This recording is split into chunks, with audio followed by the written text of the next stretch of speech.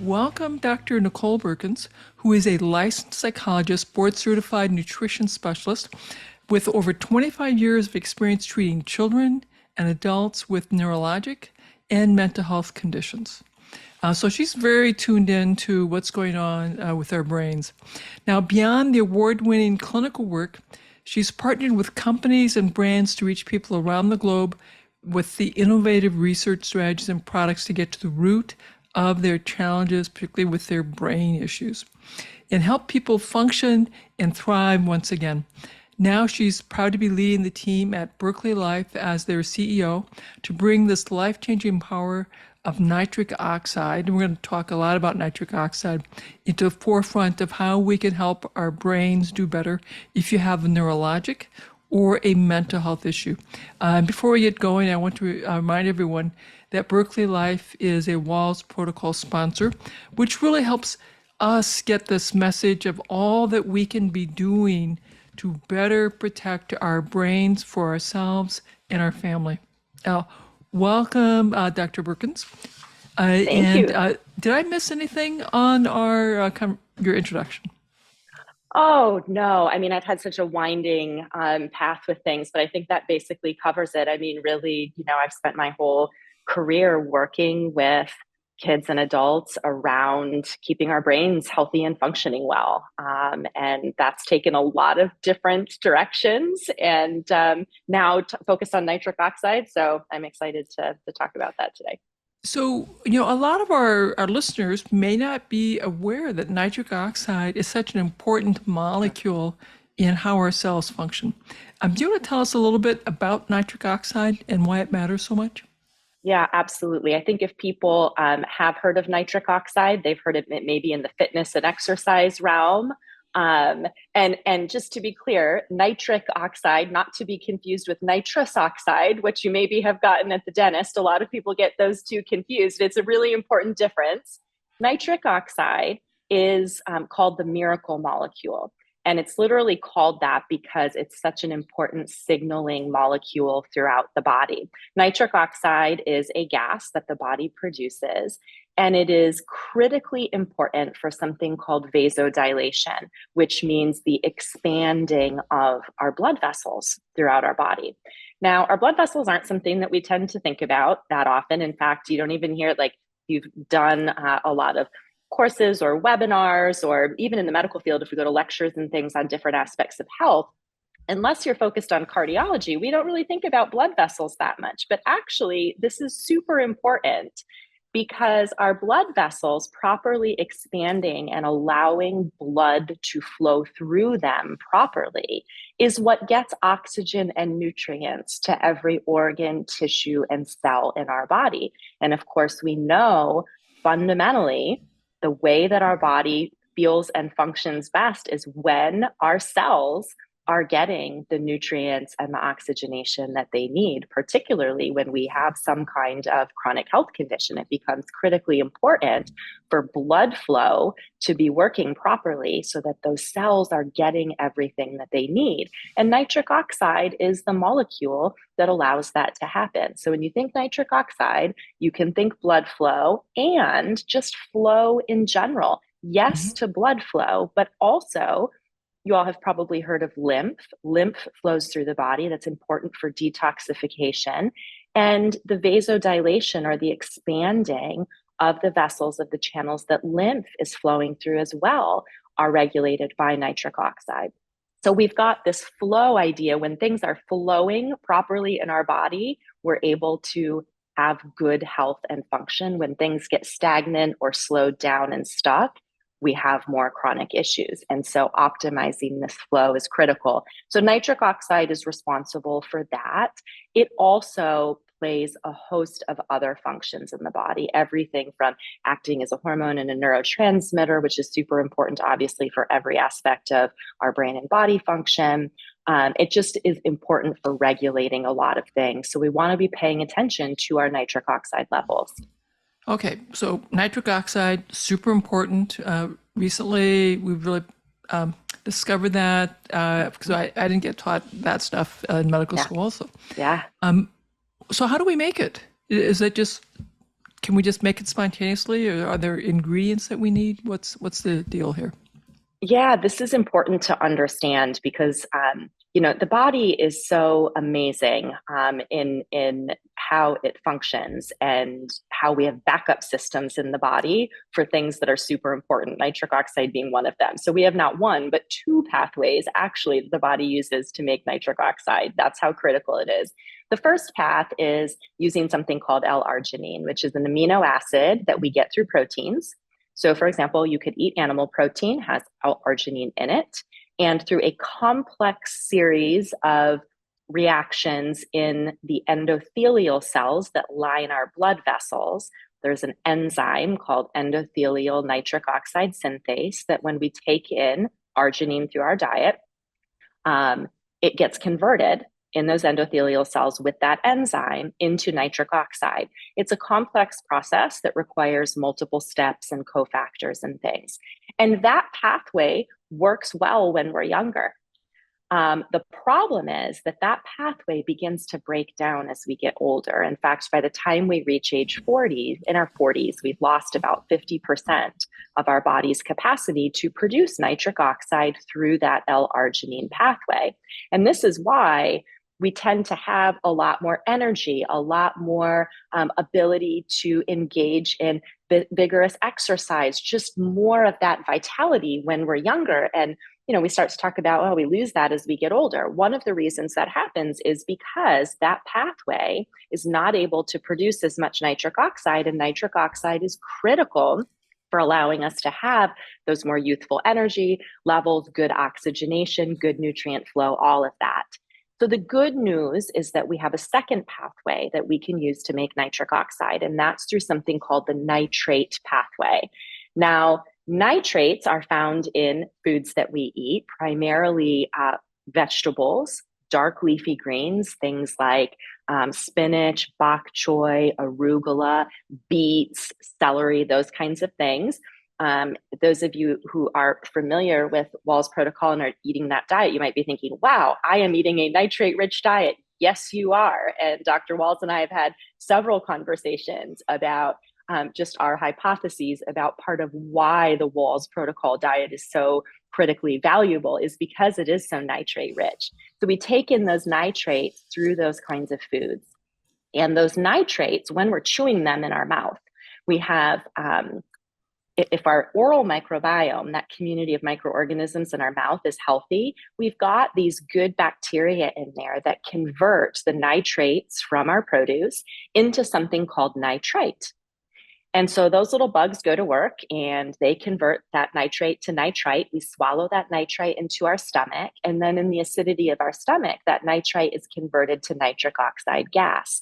So that's the other pathway that the body has. The good news here is that nitrate pathway stays functional throughout the lifespan. That does not degrade over time. So whether you're a kid or you're a much older adult, you can count on that nitrate to nitrite to nitric oxide pathway to keep your nitric oxide levels up.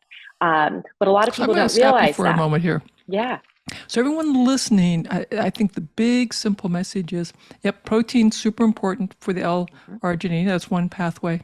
But also vitally important is eating your greens and beets, because that will supply the dietary nitrates that we can then use, if we have the right microbes in our mouth, to make the nitric oxide. Yeah. So how do I know if I've got the right microbes? Yeah, this is a big thing. We talk a lot about the gut microbiome, but what we don't talk as much about and need to be paying more attention to is this oral microbiome, what's going on there, because that's actually the start of our gut microbiome, right?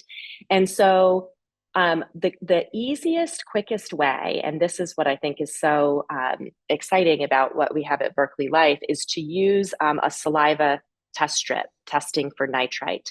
We've got these simple test strips. And what you do is it just takes 10 seconds, you stick it on your tongue, and it's going to give you a color indication of where your nitric oxide level is. Is it really depleted? Is it at the threshold? Is it at the target level we want it to be? And here's where this becomes so key for understanding your oral microbiome. That test strip is actually measuring the amount of nitrite in your mouth. So it's measuring how well those microbes are taking in those nitrates and converting them. So if you know that you're eating a really good nitrate rich diet and you use the test strip and it's showing low, one of two things is going on. Either the produce and the things that you're eating aren't as nitrate rich as you thought, which can happen because of soil depletion, because of how things are grown. But also, that's telling you you probably have an imbalance in your oral microbiome. Those microbes are not where they need to be in order to convert the nitrate to the nitrite. And so that test strip becomes a very, very beneficial, immediate indicator for us to be able to take control over our health and go, okay, my levels are not where they need to be. That's telling me something important about the level of this in my body. Now I can take action on it. And a few of the ways that we can take action on that is, first of all, with our oral care and oral hygiene. Many people are using antibacterial or antimicrobial mouthwashes, toothpastes with chemicals and things in them. All of Like that foaming stuff. toothpaste, right? Yeah, foaming toothpaste for sure, or with colorants and artificial flavors in them. We know that all of those things disrupt that oral microbiome. Mm-hmm. For sure, anything antimicrobial. So a lot of mouthwashes. It's like if it says kills 99% of bacteria, well, guess what? That is also knocking out all The of good ones. the good microbes in there. Certainly, if you're smoking or vaping, if you're eating a How lot about of alcohol? processed foods. Yeah, alcohol for sure. Processed foods that are high in artificial ingredients and sugars. That is all, we talk about how that disrupts the gut microbiome, but guess what? That completely disrupts the oral microbiome as well. So we want to shift away from those kinds of things, especially shifting away from the problematic oral care products, because there are so many better options available in the marketplace now that usually when people become aware of that, they go, okay, I can just shift and use a different toothpaste, or I'll stop using the mouthwash. So that's the first part of it. The second part is we need to rebalance then those microbes in the mouth. So certainly eating a diet rich in leafy greens, produce, nitrates, those are potent prebiotics that help feed those good bacteria. And we can see the oral microbiome shift and become healthier as a result of eating those kinds of foods. We also recently created a prebiotic Mm-hmm. nitrate chewing gum. And this is really a game changer for this oral microbiome piece of things, because you're chewing this gum for 5 to 10 minutes and you're literally bathing that microbiome of your mouth in the foods that they need to grow and populate. So those prebiotic nitrates, you're bathing the mouth in that, and we can see over the course of 4 to 5 days, the microbes that are needed to convert nitrate into nitric oxide, that those start to increase and balance that oral microbiome. So something as simple as making some shifts to your oral care routine, chewing this prebiotic nitrate gum can do wonders for rebalancing that. And then that you're getting the benefit of those nitrates that you're consuming, and being able to produce more of the nitric oxide, which is really what we're after. And so, what I think I'm hearing is you want to fix your diet, try chewing the gum, Mm-hmm. test again in a couple of weeks Mm-hmm. after Yeah. fixing all that. And now I'm going to get whatever information I'm going to get that I need to do a better job or chew more gum.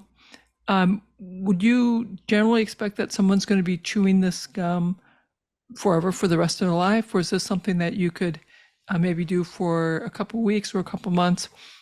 I've now got my scores looking good. Does that Mm-hmm. mean I probably don't need the gum anymore, or Yeah. generally taking the gum intermittently the rest of my life might be a good thing? Yeah. So really, I mean, the answer is it depends, but I'll give a couple quick scenarios. So first of all, the easiest way to assess what your levels are is to get the test strips, to test your level and see where it's at. Many people are very surprised. And Terry, you and I even had this experience initially of like, hey, we eat a really nitrate rich diet and testing and going, oh, wow, we are lower than we thought that we would Yeah, be. I was surprised, like, whoa. In fact, don't, just for people listening, like, don't be surprised when those people will say to me, my test strip is broken because it's white.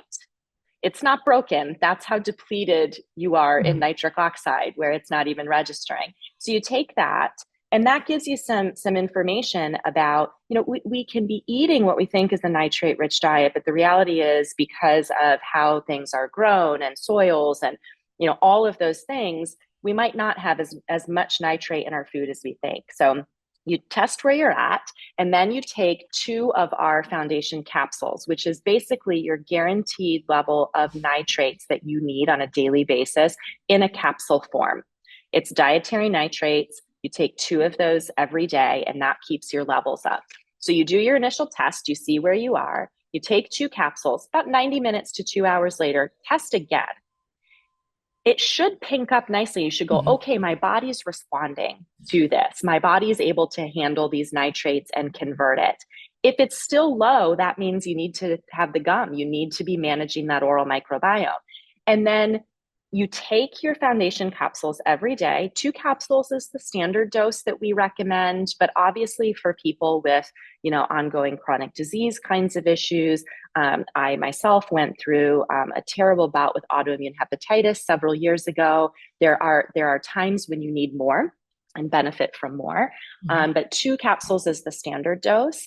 And then you chew your gum. I recommend, our standard recommendation is chew the gum for 2 weeks straight every day to make sure that your oral microbiome is as well balanced as it can be. And then you can use it intermittently. For example, if you've been traveling and maybe exposed to things, if you have been having more stress, if maybe your diet hasn't been, as great as it normally is, you can use that periodically to help just make sure that that oral microbiome is staying balanced. You also have the test strips that you can test periodically. I personally don't test every day. Some people do.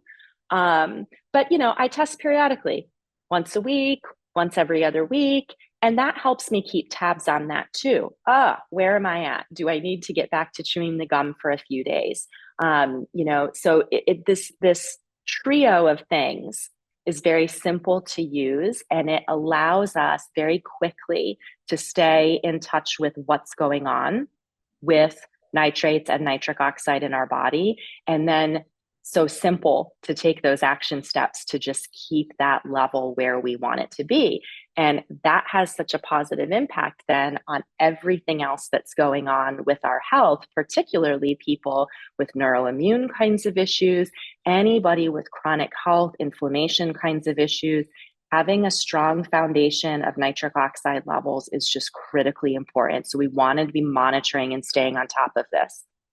What I want to remind everyone is that we have a complex relationship with all of the microbes in our body that have co-evolved with us. And we are, in the scientific community, are just now really getting into investigating our oral microbiome. We're doing that in my current clinical trial. We're monitoring the oral microbiome at every study visit, and we'll see how the contents of the oral microbiome are associated with our health status. Yeah. We co-evolved with our microbes. They are a vital part of who we are in optimal physiology. And what I love about Berkeley Life is that they're helping us understand our oral microbiome, that it is in a good place. It's helping us do the physiology we need for great brain health, great heart health, great overall health and vitality. So they let us know that our microbiome is happy, contributing well to the nitric oxide miracle, or that it's not as optimal as it was. And then it gives us tools to address that, to improve our nitric oxide and to improve our microbiome. And then we can check. We're in a good place or not. To say like, okay, we're in a good place. I don't need the gum. Now I'll just periodically check, and when I get a signal that I need the gum, I'll go back on the gum.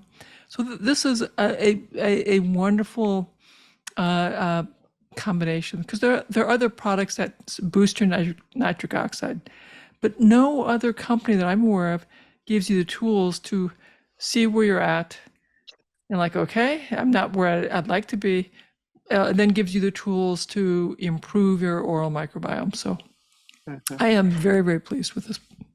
Thank you. I mean, we're thrilled to be partnering with you, and I think it's true. There's almost nothing in medicine or nutrition that we can have this 10-second test tool that is research validated. We know from the clinical research we've done that our saliva measurements correlate with blood measurements of nitrates and nitrites. So you can rest assured that you're getting a valid reading there.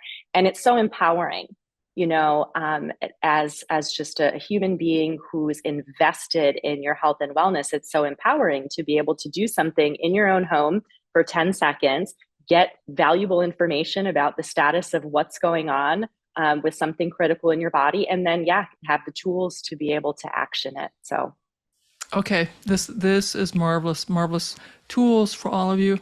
And now, what I invite all of you to do is to please tell us what were the key things that you learned from this.